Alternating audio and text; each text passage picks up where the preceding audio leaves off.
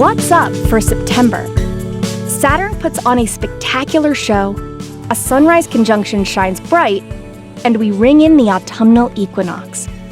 Saturn will be putting on an out-of-this-world performance this month.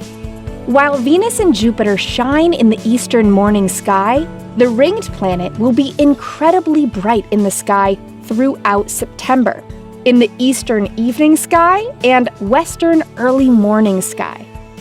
But why is Saturn the star of the show? Well, on September 21st, Saturn will be at opposition, meaning Earth will find itself in between Saturn and the Sun, temporarily lined up. This also means that Saturn is at its closest and brightest all year. Saturn will be visible with just your eyes in the night sky, but with a small telescope, you might be able to see its rings. If you look to the east just before sunrise on September 19th, you'll see a trio of celestial objects in a magnificent conjunction. In the early pre-dawn hours, look east toward the waning crescent moon setting in the sky, and you'll notice something peculiar. The moon will be nestled up right next to both Venus and Regulus, one of the brightest stars in the night sky. The three are part of a conjunction, which simply means that they look close together in the sky, even if they're actually far apart in space. To find this conjunction, just look to the moon.